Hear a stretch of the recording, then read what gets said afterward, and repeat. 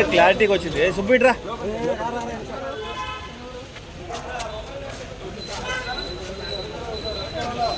సిద్ధు కావాలి.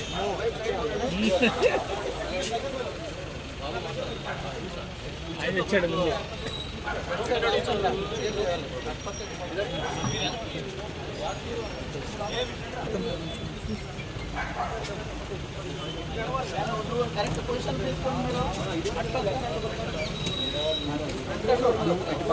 కొంచెం జరుగుతాయి మనం వస్తారు.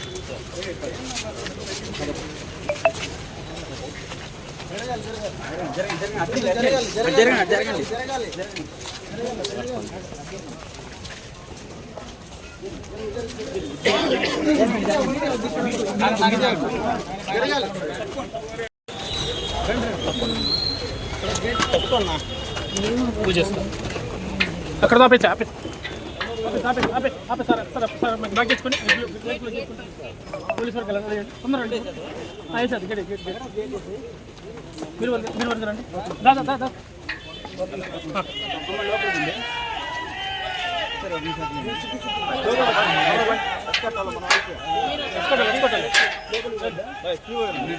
తీసుకురా సార్. పోలీసు వరకు వెళ్ళండి.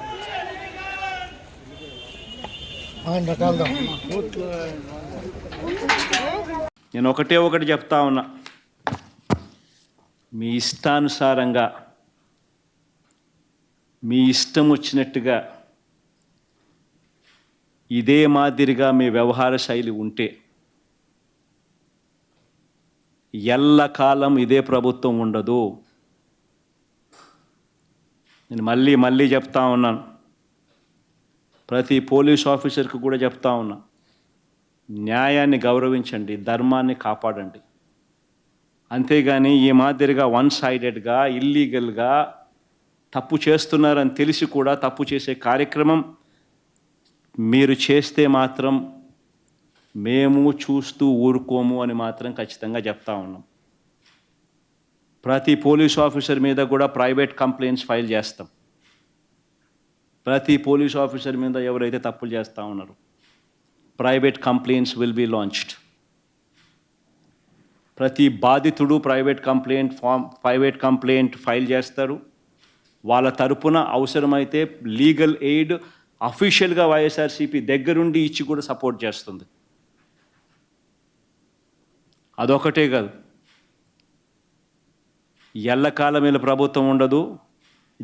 గిమిలి అని అంటున్నారు, అధికారం కూడా తొందరగా కూడా పోవచ్చు, లేకపోయినా ఉండేది ఇక 4 ఏళ్ళే. దాని తర్వాత మళ్ళీ మా ప్రభుత్వం వస్తుంది.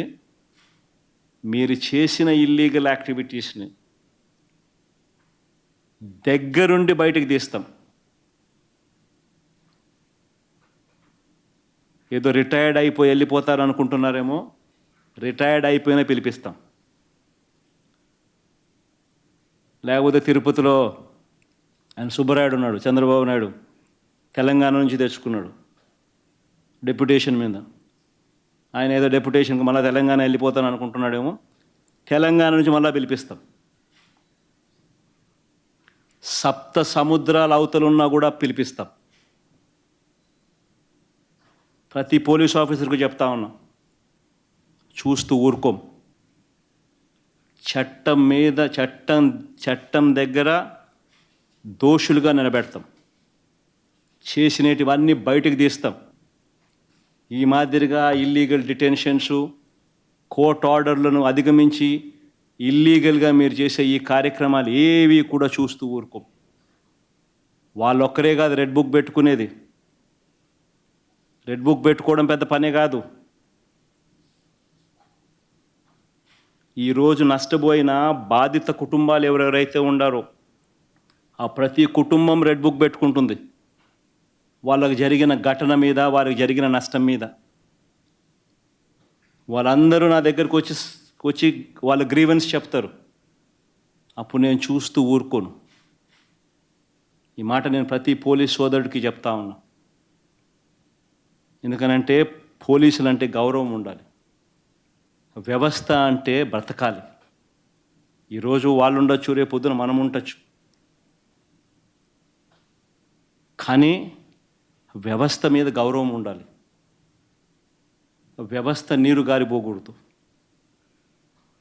మన టోపీ మీద ఉన్న సింహాలకు మనం గౌరవించాలి. ఈ మాదిరిగా రాజకీయ నాయకులు చెప్తా ఉన్నారు కదా అని చెప్పి తప్పు చేస్తున్నామని తెలిసి ఇదే మాదిరిగా చేయడం మొదలు పెడితే మాత్రం ఆ ప్రతి బాధితుడు ఉసురు తగులుతుంది. ఆ ఉసురు మంచిది కాదు. ప్రతి పోలీసు సోదరుడికి చెప్తా ఉన్నా, మరీ ముఖ్యంగా తప్పులు చేయడానికి ఒత్తిడి తీసుకొస్తా ఉన్న ప్రతి పోలీస్ సోదరుడికి ఇంకా ఎక్కువగా కూడా చెప్తా ఉన్నా, దయచేసి ఇటువంటి తప్పులు చేయొద్దండి అని.